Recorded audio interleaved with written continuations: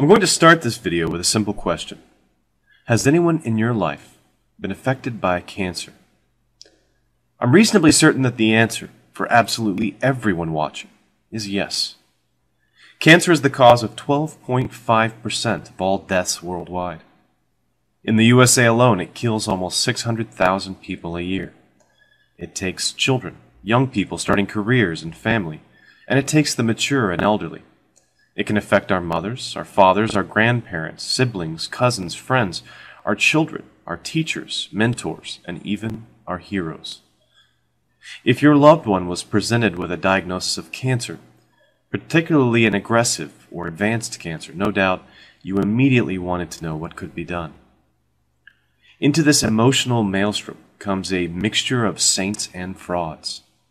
The saints are those who have selflessly dedicated their lives to curing and treating cancer. The frauds are those who try to profit from desperation, from fear of loss. It's not always so easy to tell the two apart. I want to present the case of Dr. Stanislaw Burzynski in my home state of Texas. Dr. Burzynski owns and operates a private clinic that offers alternative cancer treatments and has been the source of some controversy. While there's a great deal I would like to talk about, from the point of view of my background as a cancer researcher, I want to present 3 red flags about the Burzynski Clinic that you can confirm for yourself. If you, or someone you know, is considering a referral to the Burzynski Clinic, I hope you'll review the content here first and take the time to ask some critical questions of the clinic operators. The decision is yours, and yours alone. I only want to highlight 3 undisputed facts that would give me pause that I suggest you research on your own. Fact 1. The Burzynski Clinic have initiated 62 clinical trials of cancer compounds and only completed 1. Clinical trials are required for new drug approval in the U.S. They must pass through 4 phases. First, testing for safe dose, then effectiveness against a particular cancer, followed by a comparison of effectiveness versus existing therapies, and lastly into long-term monitoring of harmful effects. Every clinical trial has to register before starting, a practice intended to prevent drug companies from sweeping unsuccessful results under the rug.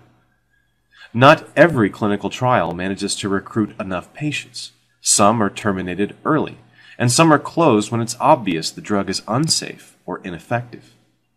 For every 3 completed trials, there's probably 1 that was closed prematurely.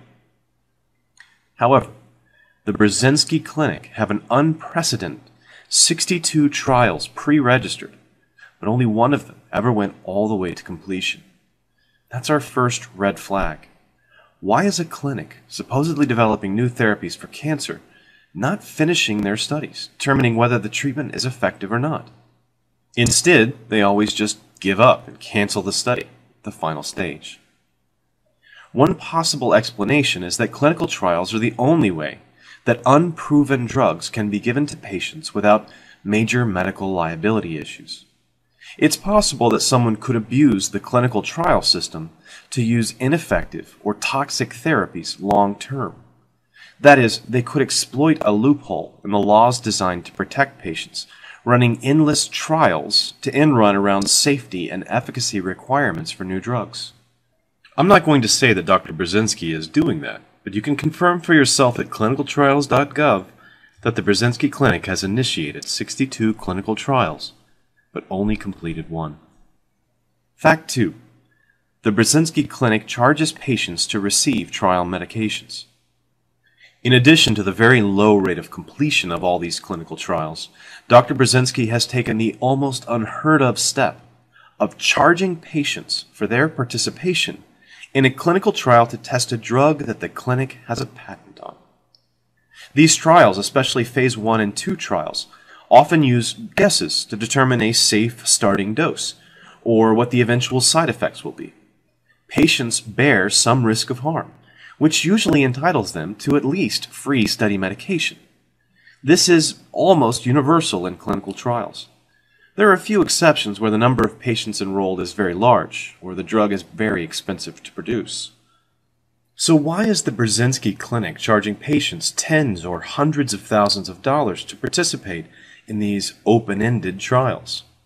They seem to be potentially profiting from what should be costly R&D for any other research clinic. It's a red flag for me. The fact that insurance companies won't pay for the untested drugs means that the financial burden falls entirely on loved ones and charities or members of the community. For a family, that can mean facing a choice between pursuing a therapy they're told is experimental and effective, possibly facing bankruptcy or debt, or facing the death of a loved one. If the Burzynski Clinic want to earn their money back to make a profit, I would suggest they start running trials in earnest, give study medication at no charge, then bring their cancer therapy to market so that it can be distributed to everyone in the world, and not just patients at the clinic in Houston who can afford the steep fees. Fact 3. The Burzynski Clinic make heavy use of marketing techniques. You may have seen the Burzynski movie titled Burzynski, Cancer is Serious Business, produced, directed, and narrated by Eric Eric is a commercial art director making promotional video content for the likes of Campbell Soup, Volkswagen, and Old Navy. The film, if you choose to watch it, is a rather unabashed 100-minute commercial for Dr. Burzynski and his treatment. The problem is that it clearly doesn't tell the whole story or examine the issue from both sides. It appeals a great deal to pathos and testimonials and conspiracy. You'll also notice the use of meaningless marketing buzzwords. This is most notable in the use of the term gene-targeted. In science, this refers to the specific practice of introducing an agent which interacts in the cell with a single sequence of RNA or DNA, the gene or gene product most responsible for the progression of the cancer. Burzynski, on the other hand, has used the term as a way of describing his special therapy, since it causes the cell to make more or less of a gene product. Using his definition, aspirin, a banana, or walking outside on a sunny day are all gene-targeted therapies, since they all cause your body to produce more of one gene product or less of another.